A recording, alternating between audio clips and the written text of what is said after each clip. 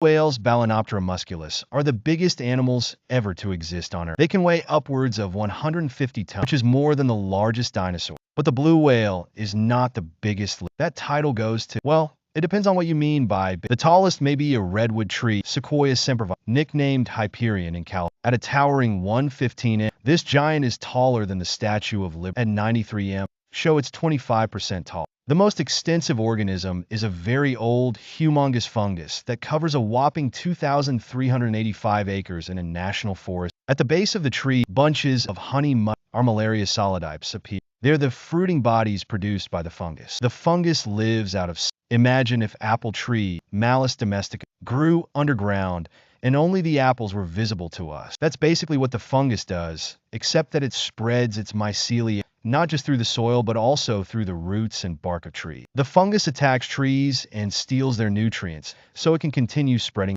However, if we're talking about the good old heaviest organism ever found, that prize goes to a giant Ailuropode melanoleuca living high on a Utah plateau. Just kidding. It goes to a single quaking ass Populus tremuloides named Pan that weighs over 6,000 tons, as much as 40 blue whales. If you go to Fish Lake National Forest, though, you won't see a giant tree trunk. You'll just see a forest of regular-sized trees. Thanks to genetic testing, we've learned that this stand of aspen covering 106 acres of land is actually a single clonal organism that grew from a lone seed long ago.